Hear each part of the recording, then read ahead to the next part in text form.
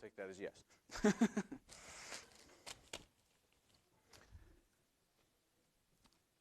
Actually, I was going to do something else first. Close. Let's go online and remind you of a few things.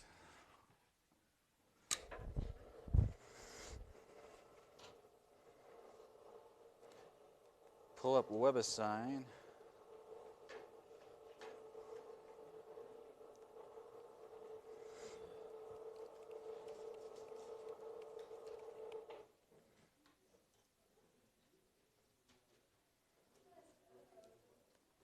Okay. So we're starting a new unit today, and I thought it'd be a good time to review a few things. On WebAssign, we up yet? Yes. Remind you of the class resources down here that has the syllabus that explains almost everything. The class schedule. Let's open that one. So I've had several questions like, well, what are we doing today? Or what's coming up on Friday? Or I have to miss this class? Or when's the next exam? Or homework due dates. It's all on there for you. So you know where we're at. We're in March. So here we are, March 2nd, starting chapter 13. While we're there, a friendly reminder that the first thing with the superhero paper is coming up next Friday on the 11th. There's 3 parts. This is the first part where your superhero paper idea is due. This is my way of your impetus to start doing something before the night of. Yeah.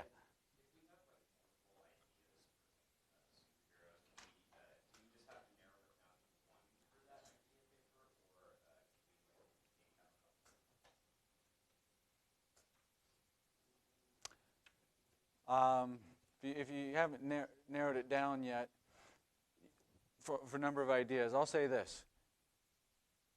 The point is to think of ideas and not have so many. So you could put your favorite down. But the point with this first one, say you want to change your mind. I'm okay with that. Because you still have to. This one, it would ask you the idea, your main fundamental principle and power, and some of your sources to see that you. I've had people come up with an idea, then go look for sources, and never find what they wanted, which I could help you find them. And so they couldn't write a paper about it, and they had to start over, and it was getting down to the wire because they waited too long. So this is just to help. So you'd have to find some. I would say pick your favorite, the one you think you're going, but if you want to switch your mind later, I'm okay with that. You'll just need all that again. Question? Okay. So don't feel super committed and you have to have everything worked out. This is just, hopefully you're thinking about it by now because the final is coming up. Remember, you can turn in your paper anytime up until that due date. So I have this as a WebAssign assignment to make it easy for you to enter that info up to next Friday. While we're on that, then there's spring break. We'll have another week, another exam. Boy, time flies. And then on April 1st, so what is that, about a month later? No, not quite. Your peer review will be due. And the rubric explains all that. That's a WebAssign thing too. You can go ahead and open it up and see what's going to be required. It's the same stuff on the rubric. But the gist is have somebody else read your paper and give you some feedback. It's helpful because you get constructive criticism. Your paper will be better. You'll get a better final grade. This grade is just for doing it. It's not on the paper itself. Hopefully you have most of your draft done. It'd be great. The more you have that completed, the better off you'll be. But I know some people don't have a completed paper at that point. But you should have most of it. Also, those that read them can see that, oh, yes, I like how they did this. Or, oh, yeah, I forgot that whole section. I better put that in. They get ideas. They see what other people are doing. I've had some students have multiple people review their paper. You only need one for this. And then a week later, it's actually the final deadline. Yeah. After that, it's too late. But that gives you at least a week after that review, if you wait till that moment, to do some revisions. While we're on that, any other questions about the superhero paper you have at this time? But the point of this was to remind you that that schedule's there, and that these other, here's a superhero paper. I chose an example from a past student where I thought this was a great paper. She got an A. There's the rubric. The announcements stuff over here, the videos on YouTube, our teaching assistant, due dates. This unit will be 13 and 14 first. Chapters 13 and 14.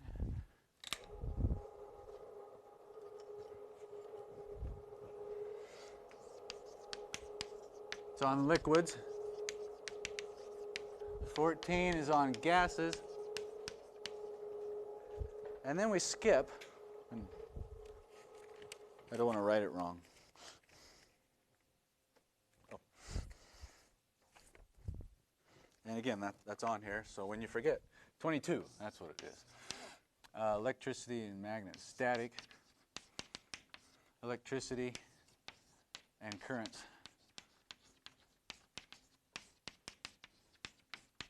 So if I had to name this, I was thinking about this morning, this unit, go with the flow. I didn't think of a fun one last one. The first one could be I like to move it, with forces in motion, but I forgot to tell you. But go with the flow, because these flow, we call these fluids. And a lot of people use an analogy for electricity as a fluid flowing through stuff. But we're dealing with a lot of smaller particles. Up till now, we've dealt with macroscopic things. Here's a block. Here's a point source. Well, now we're going to start looking smaller at things. There's a bunch of molecules and charges, and how do we deal with those? It's still the same forces, same conservation of momentums and energies, but we kind of do it in bulk. So instead of having to worry about every individual little particle's motion, boy, that'll get tedious. We kind of have some principles to sum it up and make our lives easier. Alrighty. So, chapter 13 it is. Here we go. To begin with, pressure, this demo. Got a bed of nails. Raise your hand if you've ever lied down on a bed of nails. Oh, more of you than I thought. Did you like it? Who's always wanted to? You want to come up and see what it's like? These are real. They are sharp. I mean, they've been dulled by years of use, but they're still. People have drawn blood accidentally. But now's your chance if somebody would like to. Otherwise, I guess I'm doing it. Well, you both can if you want.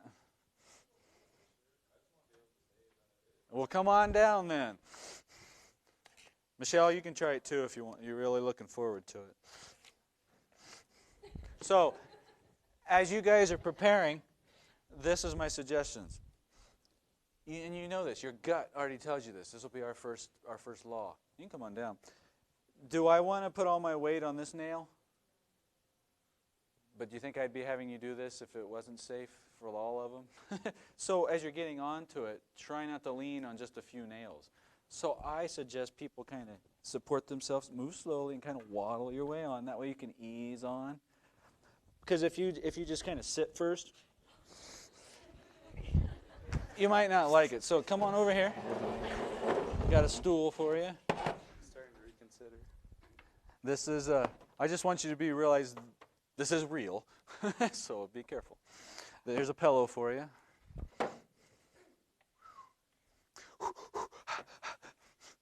Yeah, watch those. Yep. A little further back. Little. There you go.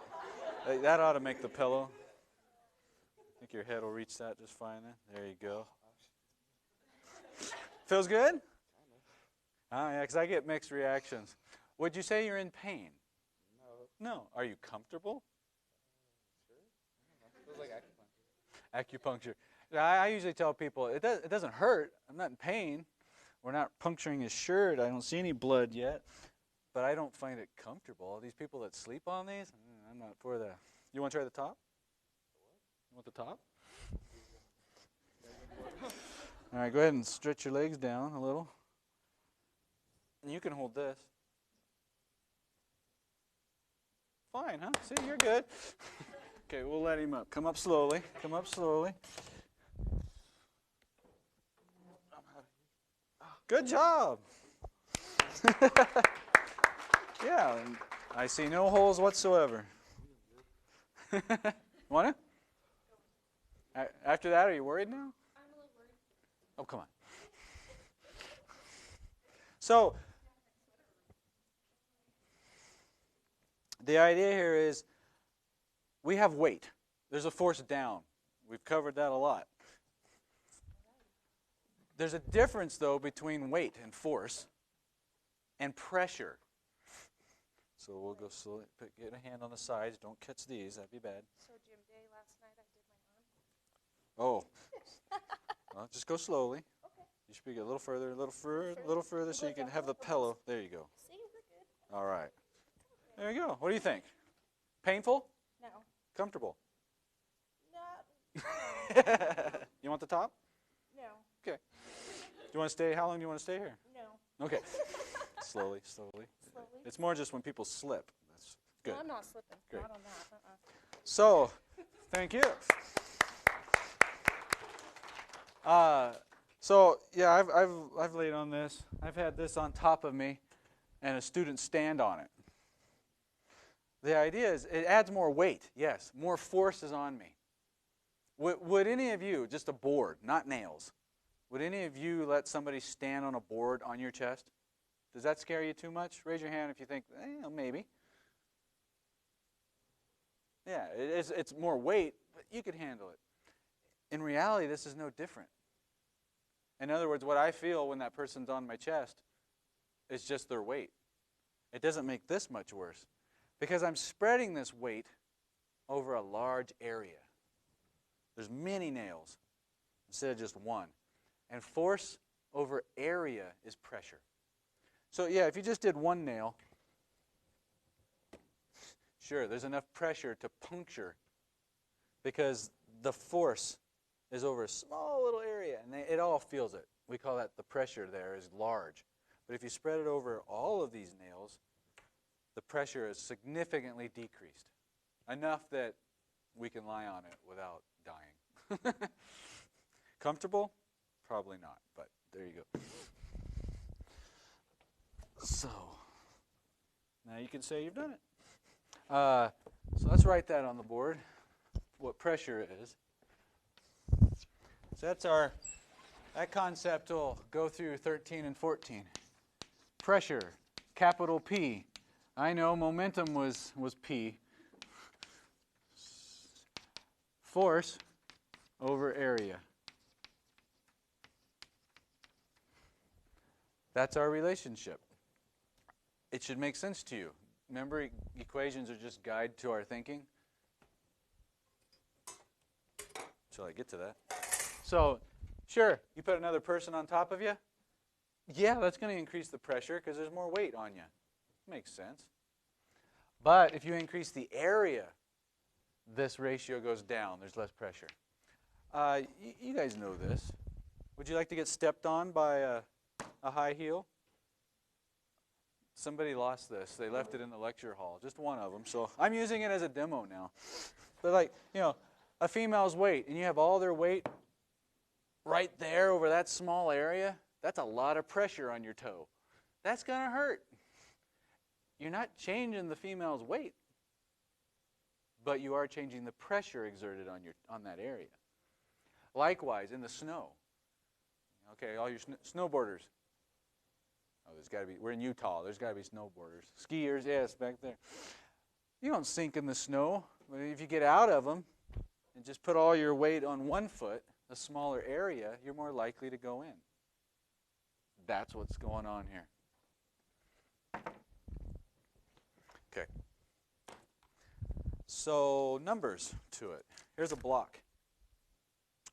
It weighs 1,170 grams, is its mass, I should say. So if we have a mass of 1.17 kilograms. All right, and this has an area of, it's 20 centimeters long, so I'll spare you. That works out to that many square meters. That's the area. So, there we go. The block is exerting a force on the table over an area of 0.018 square meters. So what's the pressure exerted on the table? Can we find it? Pressure is force over area. What's the force? 1.17? I'll give you a hint. It's not 1.17. That's the mass. So we learn, we keep using this. It's its weight. How do we find its weight? It's how that mass is being accelerated due to gravity, mg. So the mass is 1.17 kilograms. Gravity is, we'll just use 10 because it's easier, over 0.018. And that one's not easy to do in your head, which is why I wrote it on the block. Comes out to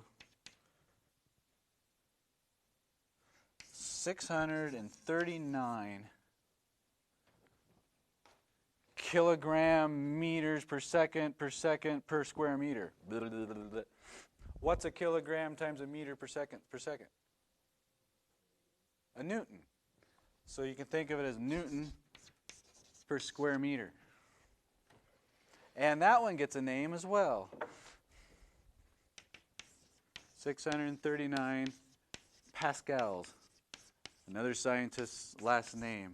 PA is the abbreviation for pascals. So the pressure this block exerts on the table is just its weight over the area, and that comes out to be 639 pascals. Give you an idea of the number. It seems like a big number, but, you know, yeah, whatever. Now, if we switch, what did I just do? I decreased the area, which did what to the pressure? Increased the area. Good. We could calculate that. The area is, in case you're interested, the area is 0.081 square meters. So that pressure comes out to be over about 1,400 pascals. So over double just by doing that. But again, I want to emphasize the weight did not change. Weight and pressure are different. It's how it's acted over a certain area. Okie doke. Let's do density. That's the other big topic. And then we're set for about 2 chapters, you know. Then we'll use those to make some ratios and learn how things sink and float.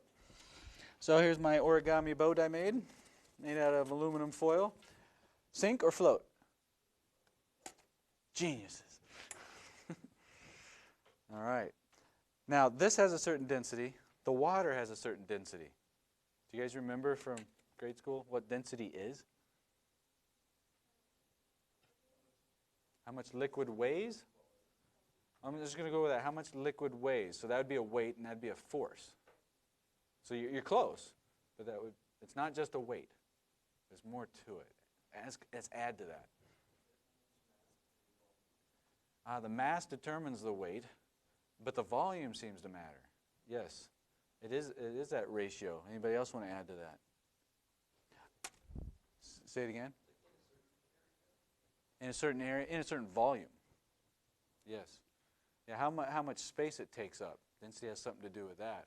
And weight's definitely involved. But it's kind of like this with the block. The weight doesn't change, but the pressure did. So we have this. We're not going to change the weight of this, but we could change its density, couldn't we? How? Crumple it up. Would I be changing the amount of mass? No. Oh, poor boat. Okay. What happens to it? What happened to its density? It increased because the same amount of mass, the same weight, but it takes up less space. It's crammed in a smaller, confined space, volume. So, do you think it'll sink or float? Sink. Okay. Wrong. Not dense enough? Can we make it denser?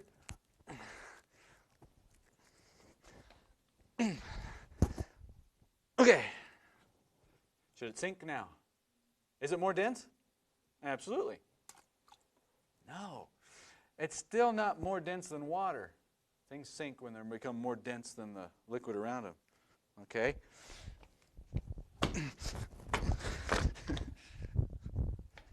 Think it'll sink now? So close! You see it's getting lower?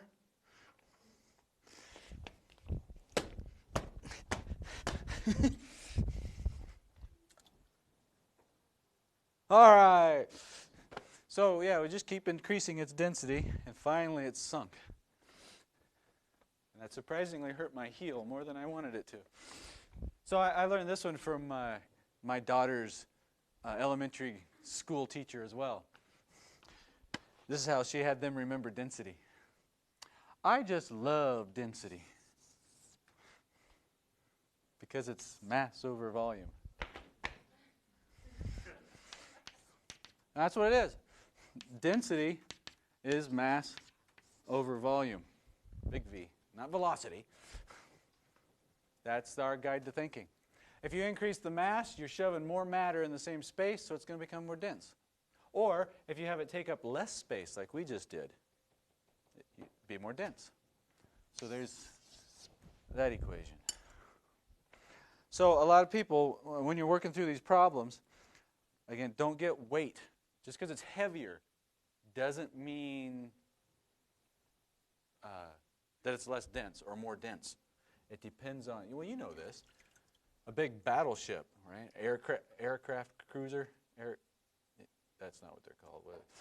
Aircraft, say it again? Aircraft carrier, thank you. That didn't sound right. They're huge. And what are they mostly made out of? Steel. Is steel dense compared to water? Yeah, if you wadded that boat up, it would sink too. It's just like this. But now take that steel and spread it out. Then you're not changing the density. Pay attention if you're not listening right now. You're not changing the density of the material. Steel is still steel. Steel is still steel. It still has the same density. But the boat's density has decreased if you spread it out. So the boat can float, the ship, the carrier.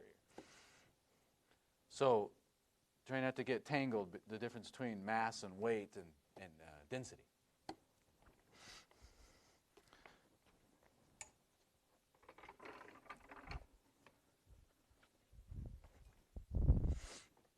I always get too wet in this unit. Okay, let me list a few densities for you, and then I got some clickers to check you on this.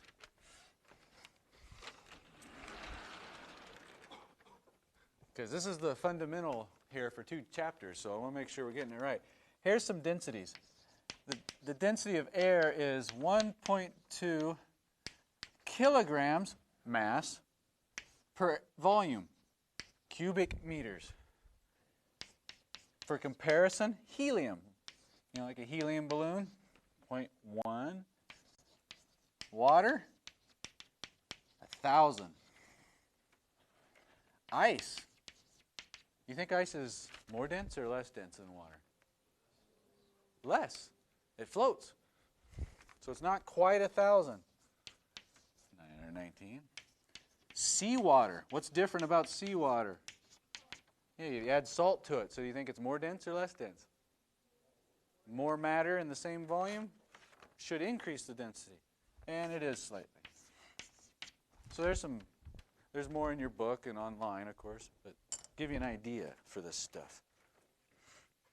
So you can see, these liquids' density is huge compared to the gases, which is why gases are on top. And we'll learn more about why things sink and float at the end of the chapter. Wake up.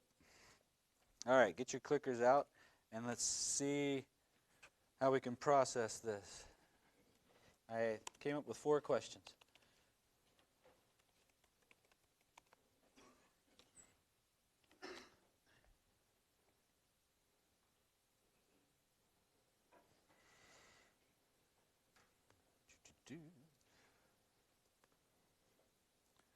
Let me log on to ResponseWare.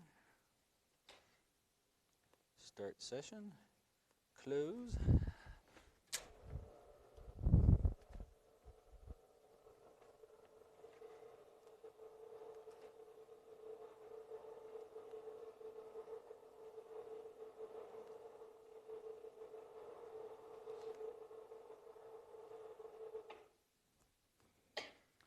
All right, there's the first one.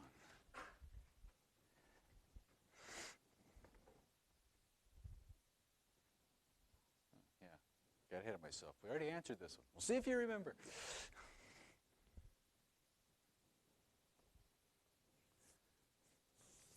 We are, while you're logging in and thinking, and I'm distracting you, 'cause I always take longer on the first one. I chose not to do thermodynamics this semester here. But one thing I usually cover is that water, hydrogen and oxygen, 2 hydrogen, H2O, 2 hydrogen to an oxygen, those molecules rearrange themselves in liquids versus solids. And one thing with ice, they form hexagonal rings. That's why snowflakes have generally 6 sides initially, unless they get damaged. That structure of the ring, you're not actually changing the water molecules, but you're changing how they're arranged, and it actually takes up more space to form that ring than if you just had 2 water molecules nestling into each other. So ice actually is less dense. There you go. Change your answer if you didn't. See? Freebie. Which is good. Because think of this. If ice was more dense, it would sink. The ice would freeze on the top, go to the bottom of your pond and lake, and then this ice would freeze and sink, and pretty soon the whole lake would be frozen, and your fish would die. But now ice is less dense. It floats, stays on top. There's still liquid water underneath, and the fish survive till the next season. And I have no qualms giving you that answer. This is all for teaching anyway. How about this one? Which weighs more? A liter of ice or a liter of water? Guess we haven't actually talked about a liter in this class, but it's a measure of volume. I assume you're familiar with liters. But the volume of water is versus the volume of ice. If they're the same volume,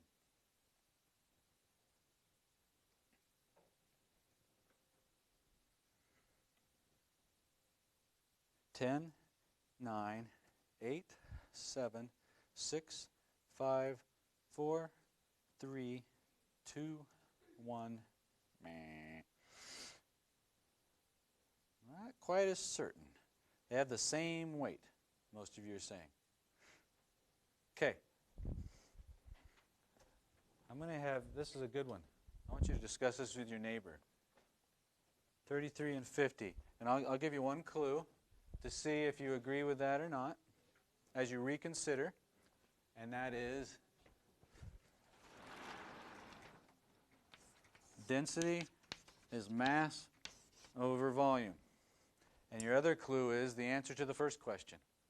We know ice is more dense. Less dense. We just did that. So given that, discuss with your neighbor.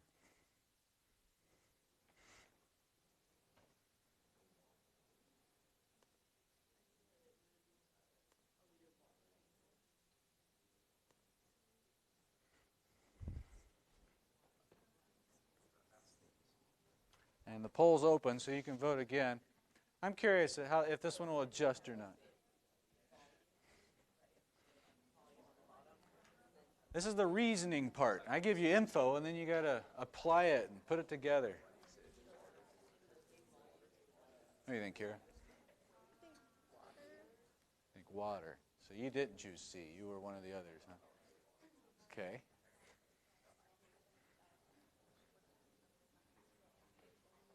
They're the same volume, but they have different densities.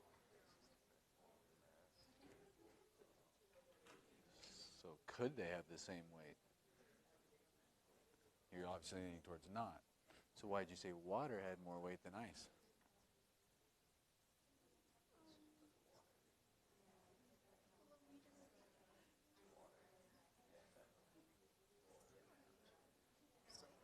Okay. What are you guys coming up with? They're agreeing with water. Here, talk with them and see.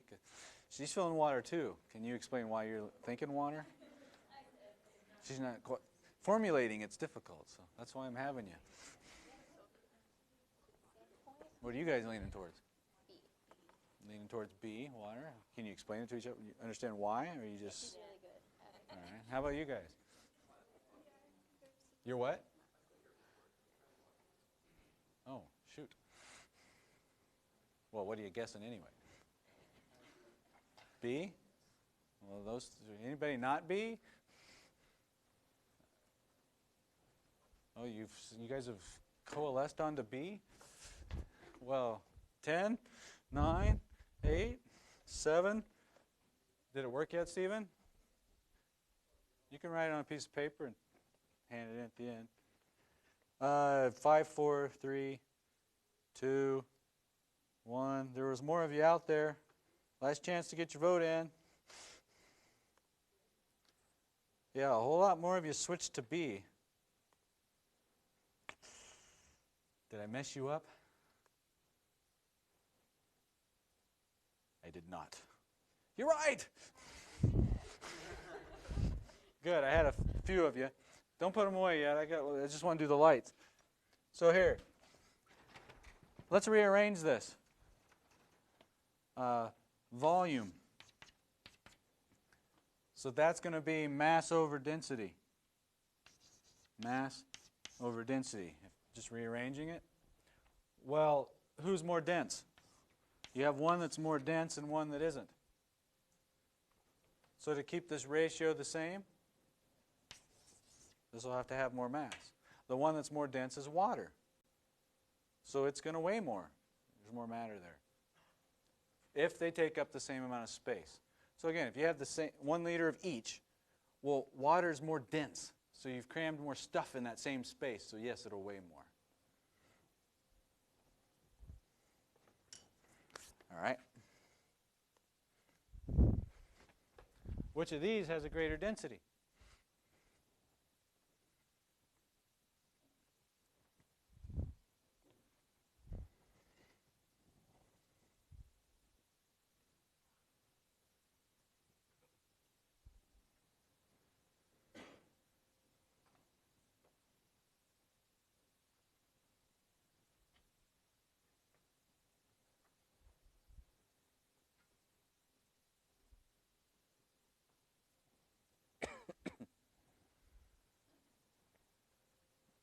Let's see. Some more blank faces. Let's see what's a hint I can think of. First one that's coming to my head is most people overthink this one.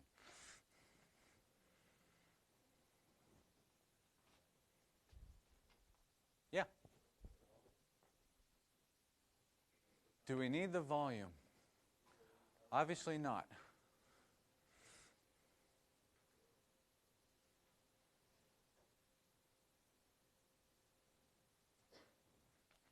Yeah, it doesn't give it to you.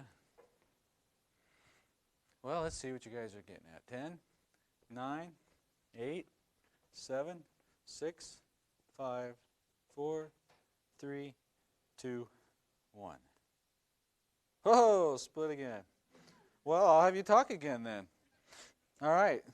So I don't give you the volume, but clearly one there's more mass to one than the other.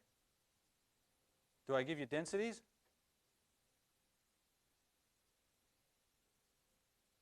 Did I give you density?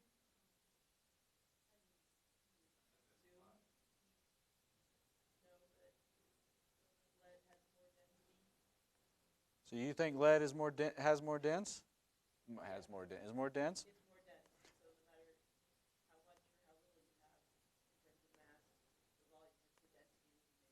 Well, there it's open again. Talk to your neighbor. So I didn't give you a value for density, but yeah, your clue is lead the same as aluminum? Is one more dense than the other? And which one do you think? And if so, does that change your answer? Talk away.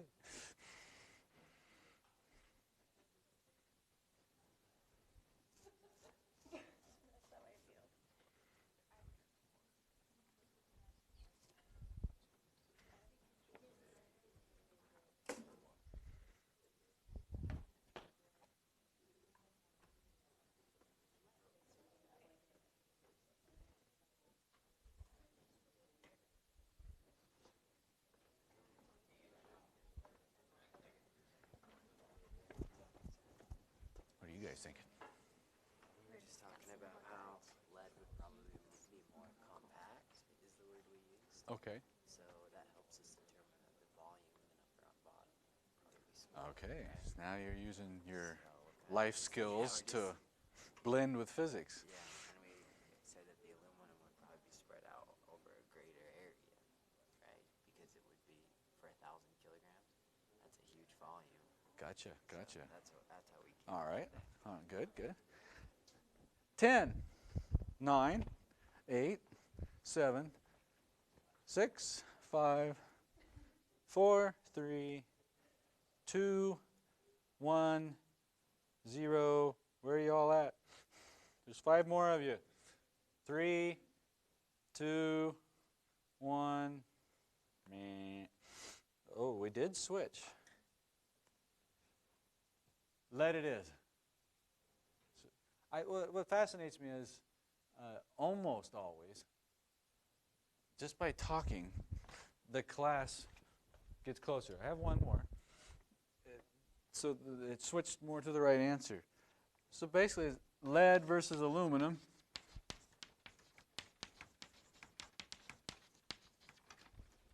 And I am taking for granted that you're familiar enough with these to know which one's more dense or not.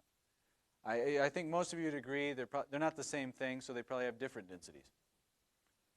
And that most people, I bet, came up with, like his word, the layman's terms.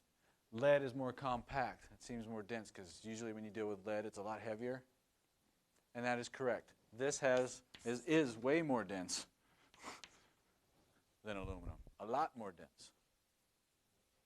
So they have different masses. So in this case, in order to have 100 kilograms of lead, well, basically, I'll stop that. I don't even have to reason through that. The overthinking part is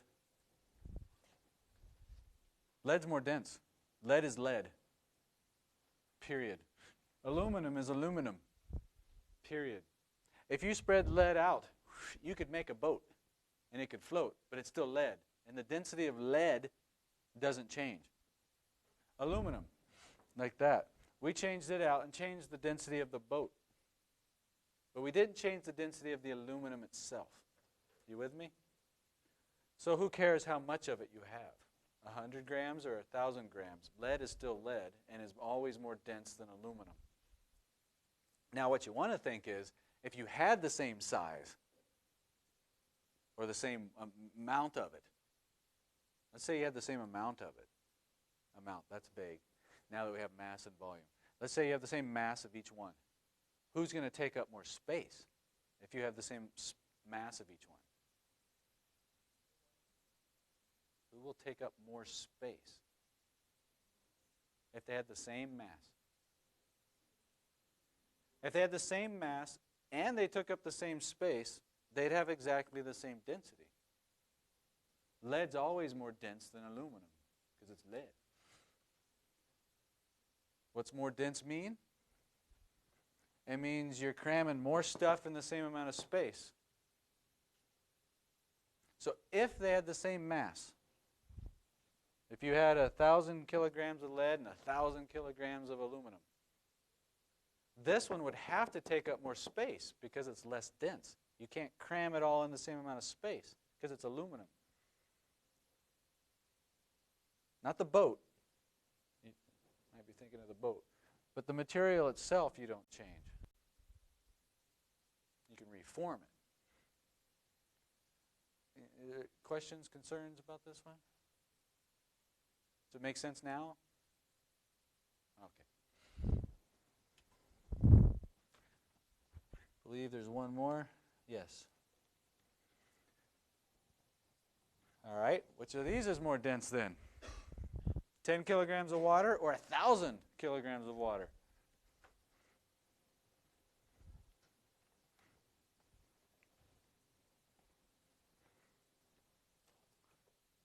I'm feeling good. I like these questions. Solidify this idea of density before I try to apply it more. Make sure we're all on the same playing field. Oh, you guys are answering faster on this one. 10, 9, 8, 7, 6, 5, 4, 3, 2, 1, 0. They're the same density. Hallelujah! They sure are. Because it's water. Water's water. Yes, you have a different amount of mass for it. So if you had 1,000 kilograms, that's going to take up, it's going to fill up more space because you have more of it. But you're not changing the density of the water. Very good. Okay. Let's see, which demo? Yeah, that was that. That was that. Let's do this then.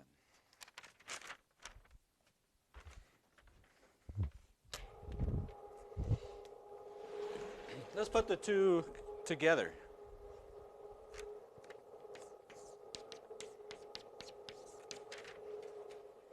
Pressure is force over area.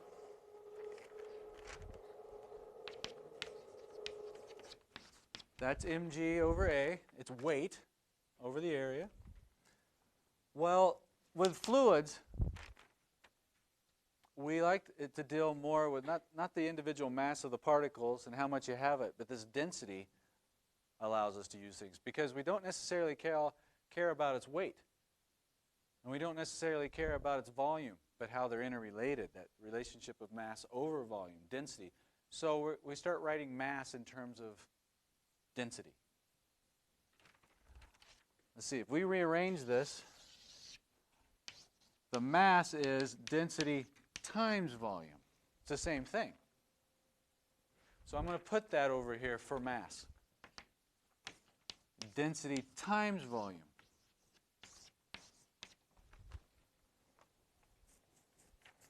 And then we generally put things in containers, and it's not always convenient to guess the volume of something, but maybe the height or size of it that way. So we make the volume area times height. Don't worry, that's the last step. And I don't expect you to have to regurgitate this, but I do expect you to understand the steps here. Remember with volume, you want to know the volume of that container? You measure the area of one of the ends and multiply it by the height. That's volume, in case you forgot geometry forever ago. So that's that. The areas cancel, and they divide out, and you're left with density, gravity, and height. And this is another important relationship of the two together. Pressure is not volume dependent. That'll help us solve lots of things. I'll even write it out. Pressure is depth dependent, that height dependent. not volume. It doesn't care how much volume it is, just how deep you are or how high the column of water is. So when we see this, pressure equals density times gravity times height of the fluid. In most cases, water that we deal with. But any fluid this works with. This is the exact same thing as this. It's a force. The mass is in here. It's being accelerated with gravity. And the area is in here with the volume. It's still a weight over an area. We're just representing it now in terms of densities and heights. So let's do this one. These are called Pascal vases. I'm going to pour this liquid in. It's just blue water. Into here. The valve is closed right here. I'm going to open it. And it's going to be free to go into these. It's closed here. What will happen when the water goes into here?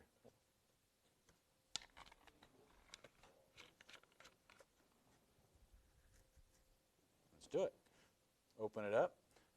This goes down. That makes sense. Water's rushing in to fill in here. Well, it does come up.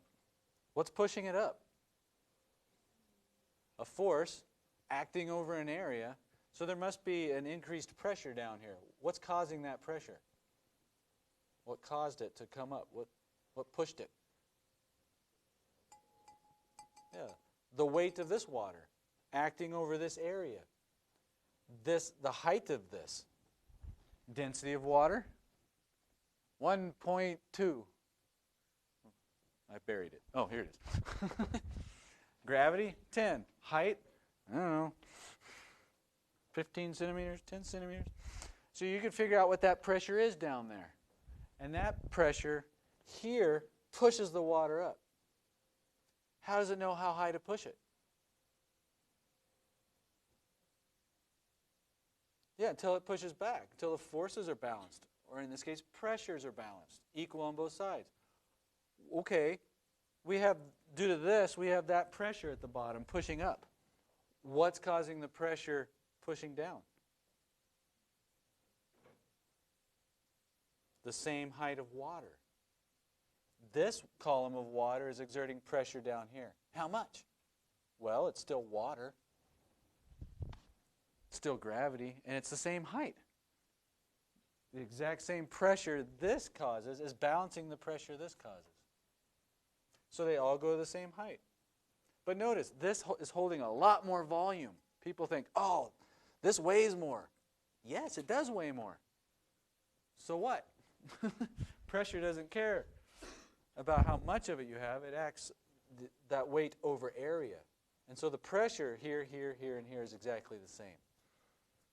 So to end with, dams. They build them big and strong to hold back the ocean or a river or a lake, right? Where does the dam have to be stronger? At the bottom. So you build something like this, or you can. Down here, the pressure's greater. A little less, a little less, a little less. Because the deeper you go, H increases. And yeah, there's a lot more pressure pushing on the dam down here. But here's something interesting. You have to build the same big structural dam to hold back, let's say you're 100 meters deep. Who cares if this is the entire ocean over here compared to a lake? If it's 100 meters deep here, the pressure is exactly the same on the dam because it's not volume dependent, it's depth dependent. If you go 100 meters down in the ocean, all that water around you, there's still just 100 meters above you. So you feel the exact same pressure in the ocean 100 meters down as you would in a swimming pool if they were that deep, 100 meters. It's more about what's above you than around you. Questions? All right. We'll continue next time.